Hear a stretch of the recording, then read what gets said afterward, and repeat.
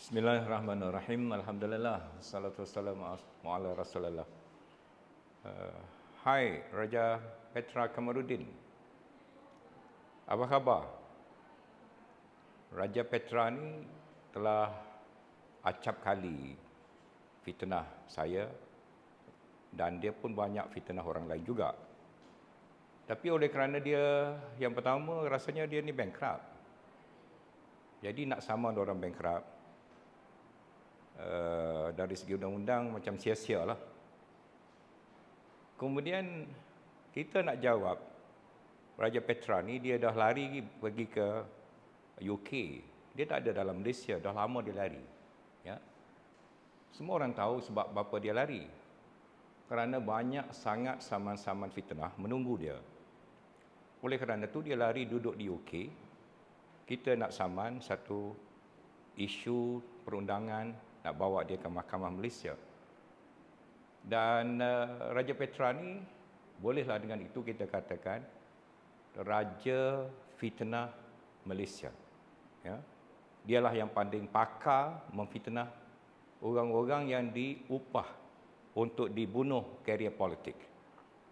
Dan tiba-tiba saya naik nama balik dalam TikTok Raja Petra, Raja Fitnah ini, menunjukkan mungkin selepas pengumuman saya jadi calon Pakatan Harapan di Pasir Mas, sedikit sebanyak saya ada nilai tambah.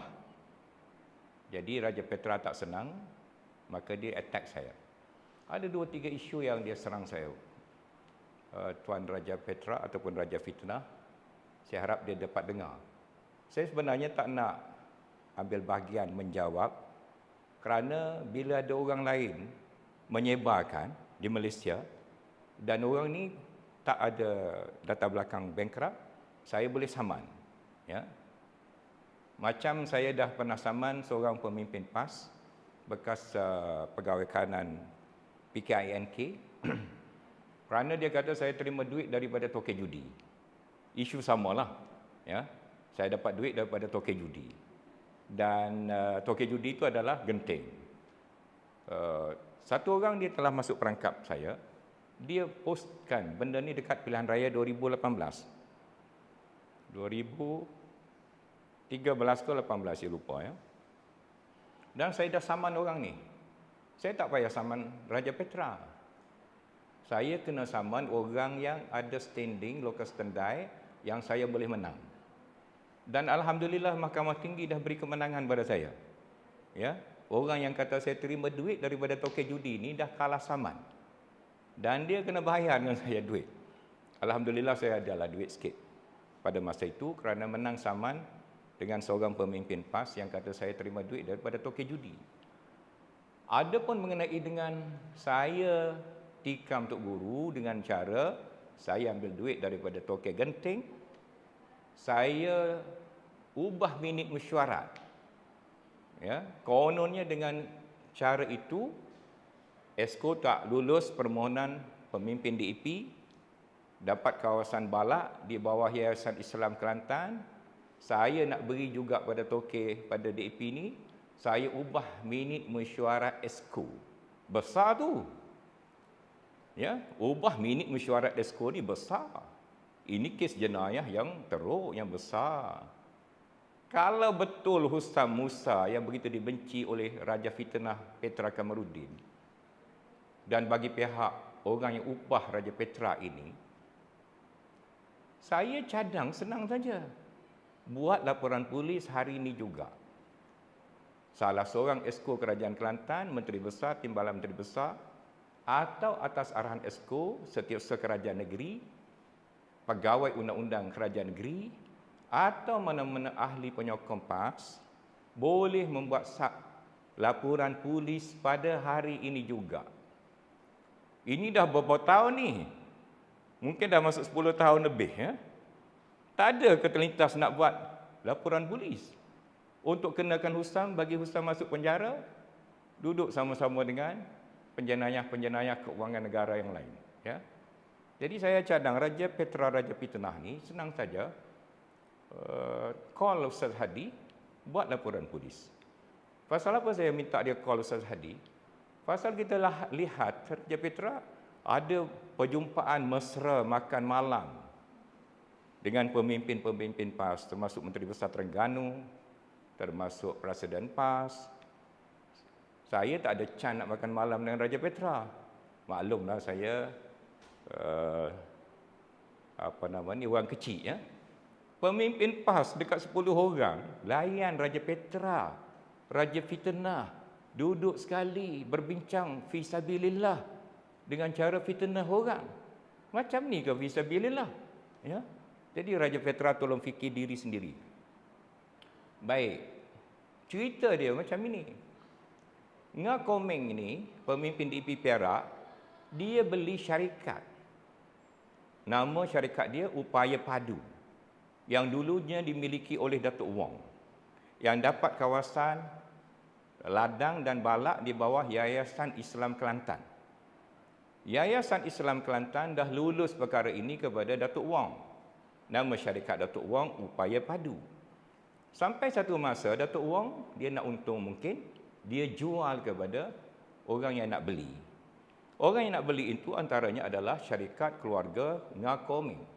Dan dia dah beli melalui perjanjian, dia ambil alih syarikat tersebut. Dia beli syarikat Upaya Padu tadi, ya. Dalam undang-undang syarikat, dalam undang-undang perniagaan negara kita, bila syarikat tu dah dibeli, ownership ladang dan segala macam dimiliki oleh pembeli yang baru. Namun begitu masa itu, Yayasan Islam Kelantan minta perkara ini dibawa untuk kelulusan lembaga kerana pertukaran hak milik. Dan saya difahamkan, ya, saya difahamkan lembaga Yayasan Islam Kelantan telah luluskan permohonan Nga Komeng pada masa itu untuk ambil alih syarikat Upaya Padu. Bila dah diluluskan oleh lembaga Yayasan Islam Kelantan, dia tidak ada kena-mengena dengan Esko.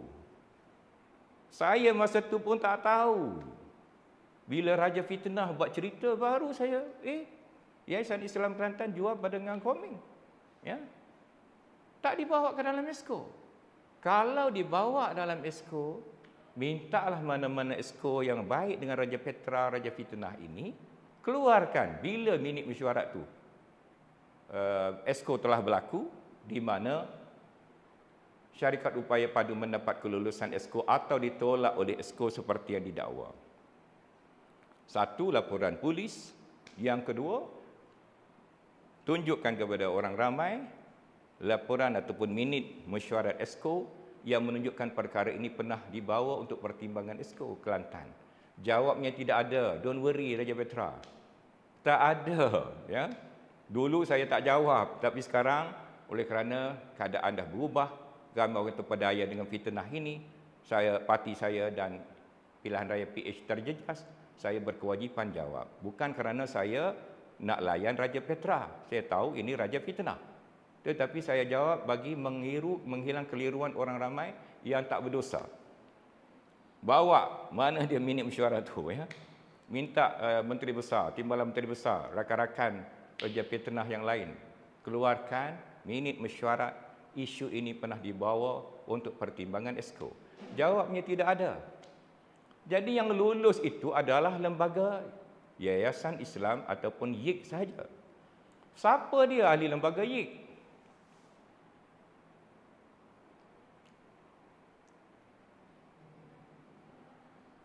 Raja Petra jangan menung panjang. You are smart guy. Awak bukan bodoh, awak ada otak. Awak intelligence guy. Who? Siapa? Tolong jawab saya. Come on.